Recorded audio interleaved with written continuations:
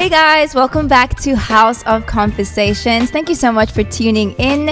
If you are new here, please don't forget to like and subscribe and join the family. We have amazing conversations on this platform.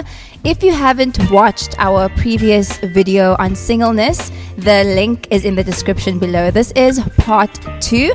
How do you handle seeing friends around you getting engaged or newly dating or getting married while you are still single? I think it's great, honestly. Uh-huh. Okay, look, I sound sarcastic every time I speak, but I mean this.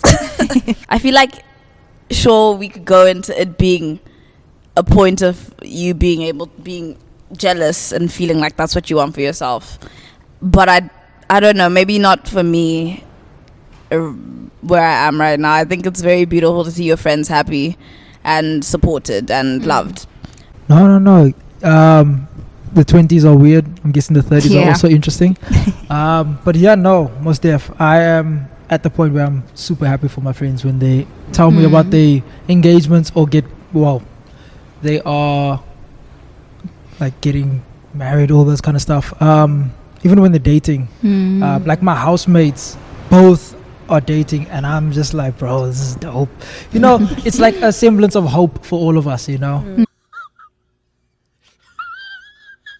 Yeah, I'm also happy. Like, it's exciting to see peers and friends getting married, getting engaged.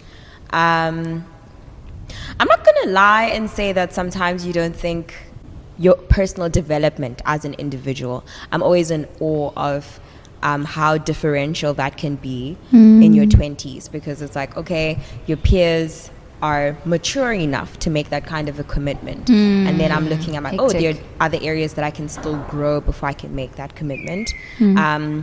So I think from that point of view it's inspiring, because you're like, okay, wow, I can aspire to grow, so that I can get to a point where making that decision can be possible. May I quickly cut in? Yeah. So I spoke to an elder once upon a time, and I asked them when they started dating, how they met their wife, all the normal stuff, conversations. And they said that all the stuff that we go through in our 20s, they had somebody else to go with. So I'm not even sure, like, these people are completely there yet in terms of maturity. I think the maturity happens during. No, that's crazy. So are we overthinking it overall? Yeah, sure. Possibly, yeah. Hectic. Go for the shorty. I want to be different. So last year, August, my best friend got married and I was jealous. But not for the reasons you guys are thinking. I was jealous because I couldn't make it to the wedding. Wait, why couldn't you make it? I was the best man. It happened in the States. Yes. So I was going to be the best man and I couldn't sense. make it because of visa and passport issues. That's why I was jealous, Oh, guys. man. But overall, I'm Screw super immigration. happy. Like, with my friends, like, I was like 4 a.m. South African time in my suit on a Zoom call, dancing with them, following. Sure, I'm super happy when Guys, that happens. I was recording. Yeah. So when it happens, it's a beautiful thing. Yeah. So yeah. That is sad, bro. Oh. Yeah, I think it's the same for me, like the way everybody answered. I went to a wedding for my first time 3 months ago, and I was just like super excited for both of them, and I think that goes for all my friends that are either like living together or in relationships or like getting kids. You're just happy for them, and I think as well, just consciously not wanting to compare yourselves to others, because in the end we're all going our own journeys. Yeah. Definitely. And I think that enables you to just be happy for someone else as well. Yeah. But do you guys ever feel like, yes, I'm happy, but when's my turn? Do you ever experience that? Yo. When's it my turn? Yeah. What am I used to experience that.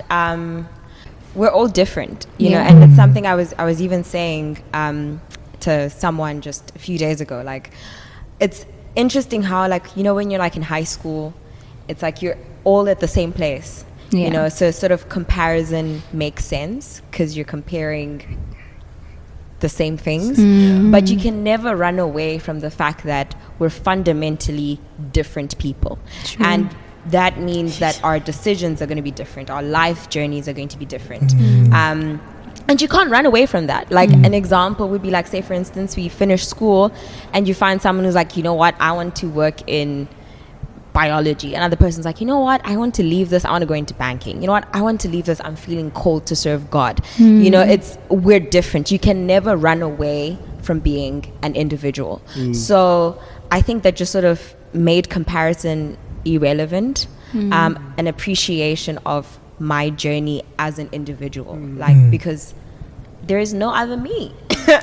Facts. There's no other me, and I love that there's no other me. And I have to embrace that, and there's no other you, there's no other. So, and just trusting God that it is an individual journey. And I think life would be boring if everything happened the same way for everyone, you know. So we need to spice things up a little bit, you know. That's a good phrase.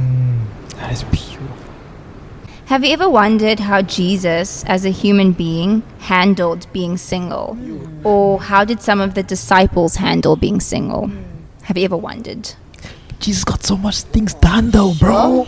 Yeah, It was a very... I got a short answer. Yeah. I think Jesus, his task was clear. He came to save the world, right? Bro, I'm telling you. So I date think to wonder why he was single is a bit like, his task was quite heavy. Obviously God was really with him, and so I think for him, like, I think it's a bit too much. Maybe it's a bit it's a diplomatic answer. It's too much for me to expect Jesus to do the things I'm concerned about or stressed about, knowing the task at hand. But I think for the disciples, yes, it's you obviously think about it, because like you assume they face the same temptations and challenges that we're having as well. I believe they must have struggled, the disciples, you know. Yeah. Like, I mean, throughout scripture, you also see like how sometimes, you know, they even doubt Jesus himself, and they had Jesus with them. Yeah. So I mean, the same temptations and struggles we go through, they must certainly have gone through themselves as well.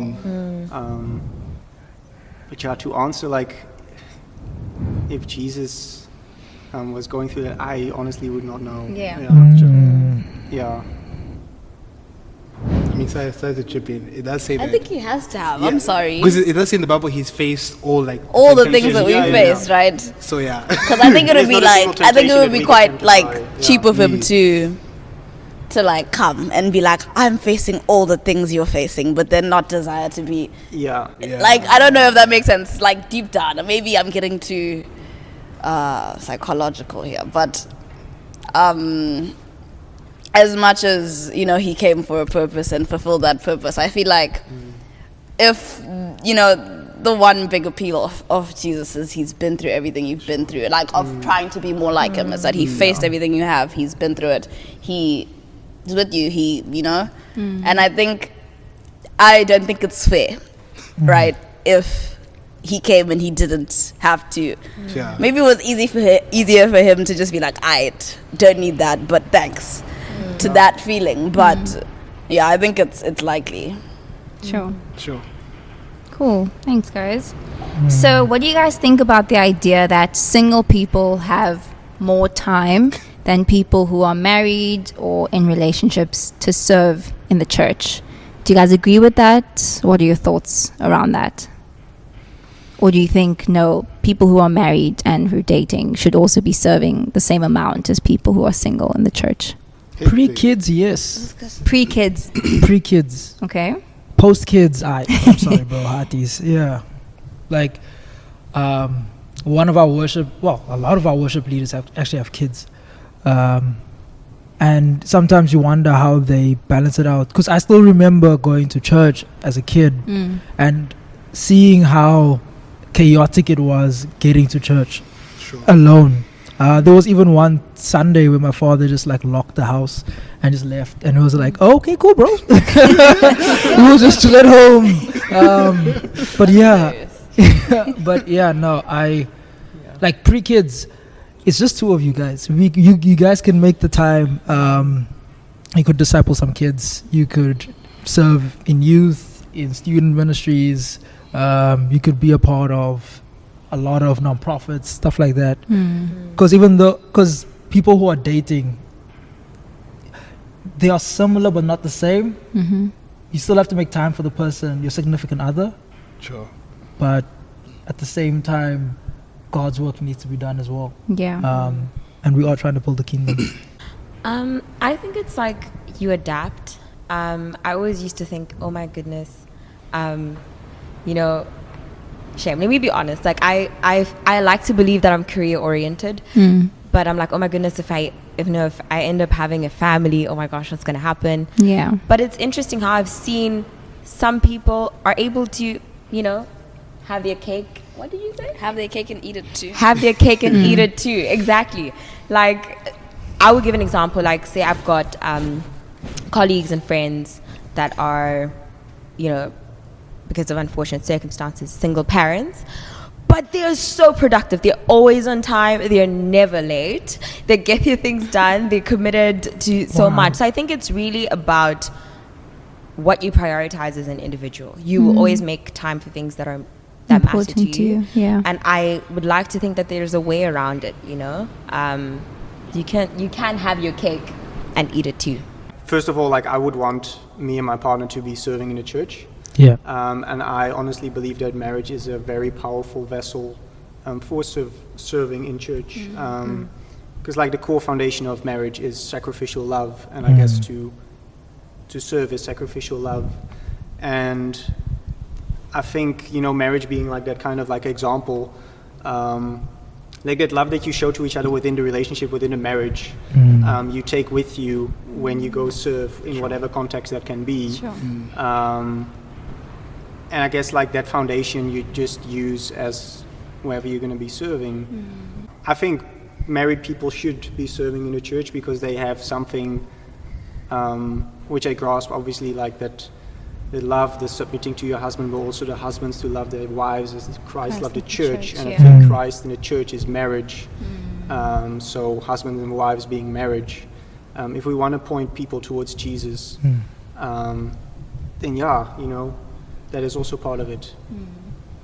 So basically, we also need to be supporting our married people. Yeah, that's true. Sure. Hectic. So good. That's true. Oh. At this time, are you okay dying, having been single all your life, and never having been kissed, if that's part of your story? Hectic. Skip me. I'm gonna say Yes, boy. Telling the Let's truth. start with Naledi. I'm not okay with that. Just okay. Maybe I am okay with dying single. I'm not okay with dying not having accomplished more. Rather, unfortunately, I hate to veer off subject, but What do you mean by accomplishment? Is this I'm not okay dying now. Not because I'm single. Though. I'm not answering the question. no, what do you mean by accomplished more? I don't know. Are we I talking wanna about career? Are we talking career-wise, of Okay, course, okay, career-wise, yeah, and that could be even. applied to relational as well. Yeah. I mean, yeah. Relationally too. But yeah. With the way my relationships and friendships and family, I'd be fine dying now. Let me not lie. But I don't want to. I think that would be so terrible for everybody. Okay. I didn't I'm answer the confused. question. Sia? I'm good with dying right now. You know, it's all good. You know. Okay. Praise. Like, I'm okay. Right now, I would say I would ask for 3 more years. What's happening in 3 years, bro? I would ask for 3 more years. I would really ask for 3 more years because if I'm not going to, you know, accomplish things in the relational space, I would love to accomplish things at least in my career. So if God is going to take me, at least believing that, you know, my career is my purpose on this earth, at least if I'm given a chance to fulfill that. Yeah. And the guys up here? I said skip me. Oh, so basically that's a no, bro. It's a no. It's a no. I think there's a bit more. Wait, what? Everybody's avoiding part 2 of the question. Journey. Wait, hold up. I don't It's know not why applicable to I me, answered so the I need to question. skip it. Yeah. Say again? I need to skip it because it's not applicable. I to don't me. want to I say. need to skip it because it's not applicable to me. But you're single right now. Yes. So are you okay dying right now? not having experience. Let's say not having experience married life. Okay, exactly. yeah. Let's okay. cut it down to So married you life. said actually, no, I apologize. Yeah, I didn't expect that. I'm still fine. Hectic. Should we come back Sure. to you? Okay. No. Oh? Let me just say no. Yeah. No, I wouldn't want that. I mean, I would hope that God allows me to have some time, to, marry and all that jazz. Okay. So yeah, no, I wouldn't be. But also, it's not up to me, right? I mean, That's- sounds a bit sad, but yeah. That's true. Yeah. Matthias? Yeah, I think also the same as what Praise was saying. I think when God makes you a promise or calls you into something, He wouldn't take you before that promise has come to fruition. But then, like at the same, and like I'm also hearing what Jordy's saying is like, I would want to, not die yet, and then hopefully have those things. Yeah. But like if it is part of His plan, to die right now, yeah, so be it. C'est la vie. And also, it may not be death that takes us. Like, Jesus could come back tomorrow. Bro. If That that's would the be case, so that's fun. okay. Yeah. Other people must continue. I don't like that. Yo, Hectic. Okay, thanks for answering that, guys.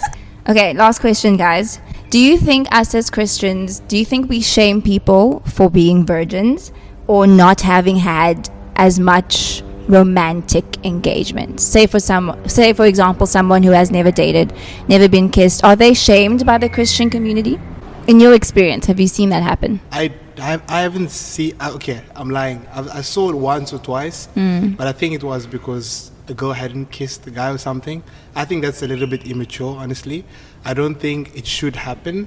What's immature? The shaming or her not having kissed the guy? The shaming. Okay. Yeah, Sure. the shaming. I think in Christian context, for me personally, what I've seen and what I understand is it's not right for that to happen. Yeah. To shame anyone. I mean, it only means that you're like pursuing God if you're not in a relationship or whatever.